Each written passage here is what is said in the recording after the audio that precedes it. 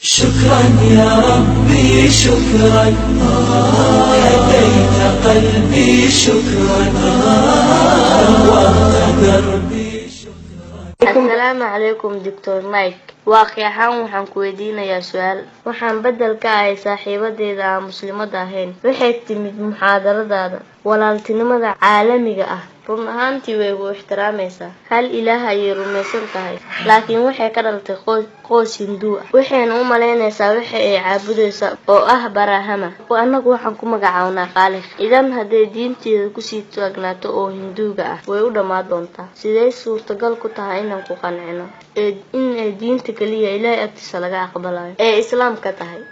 Mahadsan. walaasha su'aal ayayna weydiisay waxayna bedel ka tahay saaxiibadeeda hinduusiga ah waxayna timid muxaadaradeedii aan ku qabtay Sheekh Calam ee al-Quwwatu al-Caalamiya.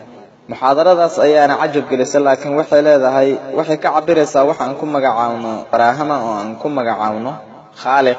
ma suurtagal baa inay janno gasho? haddaad akhriso kutubta hinduusiga ah, Rajfid kitaabka 2 tarnimadiisa 1 aayadda 3, mid kamida sifooyinka Ilaahay la siiyay waa Barahama. Barahama macnaheedu waa Ilaah, Khaaliq. muslimiin aan nahay annaga ictiraad kama qabno haddii qof uu dhaho Ilaahay waa Khaaliq, laakiin marka loo tarjumayo carabiyana macnaheedu ay tahay Khaaliq. ka muslimiin ahaan annaga wax ictiraada agteena maaha marka qof ayaga kamida leeyahay Ilaahay waa Khaaliq ama Barahama.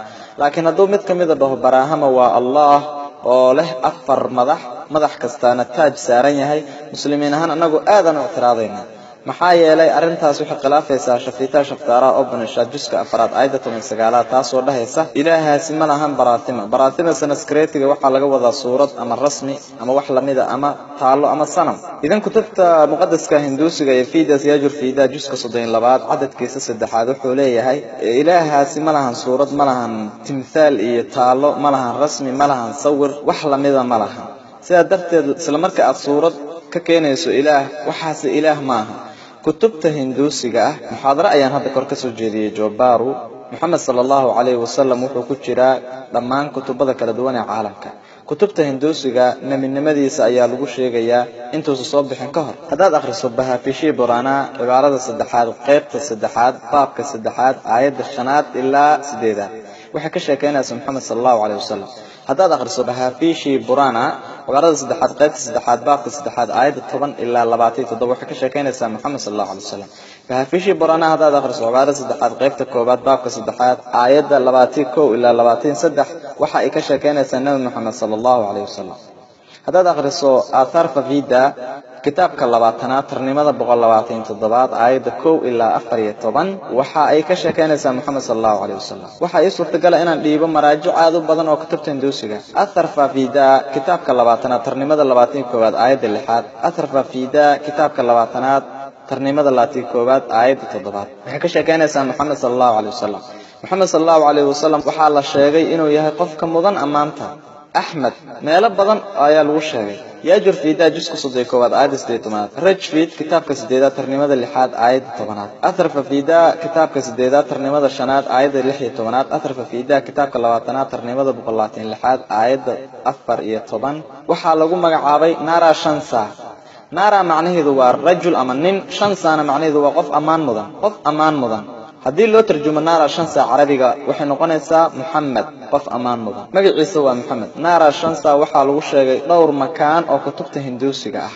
Rajfid kitaabka 1 tarnimada 13 aayadda 3, Rajfid kitaabka 1 tarnimada 18 aayadda 9, Rajfid kitaabka 1 tarnimada 106 aayadda 4, Rajfid kitaabka 1 tarnimada 142 aayadda 3, Rajfid kitaabka 2 tarnimada 3 aayadda 2, Rajfid kitaabka 5 tarnimada 5 aayadda 2, Rajfid kitaabka 7 tarnimada 2 aayadda 2, Rajfid kitaabka 10 tarnimada 107 aayadda 3, Yajurveda juska 20 aayadda 37, Yajurveda juska 20 aayadda 57, Yajurveda juska 1 aayadda 31, Yajurveda juska 8 aayadda 2, Yajurveda juska 8 aayadda 19, Yajurveda juska 8 aayadda 42. waxa ay suurtagal inaan joogtay maraajic badan oo ka hadlaysa nabigii ugu dambeeyay nabiyada Muhammad sallallahu alayhi wasallam ee kutubta hinduusiga. kadibna nabinimadiisa ayay sheegeen sidoo kale Kalki Avatar. haddaad akhriso Kalki Purana juska 2 aayada 5 7 11 15 waxay leedahay nabiga ugu dambeeyay waxa noqon doonaa magaca aabihiis Bishnoyash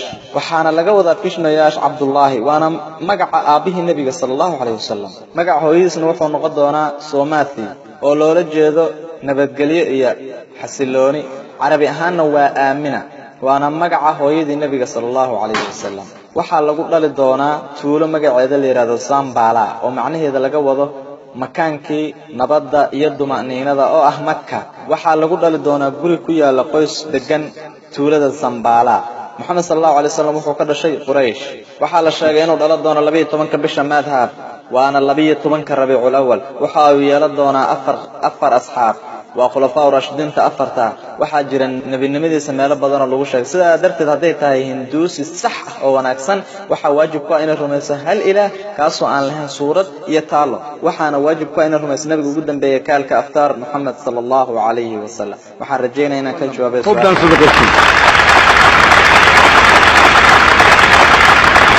Thank you.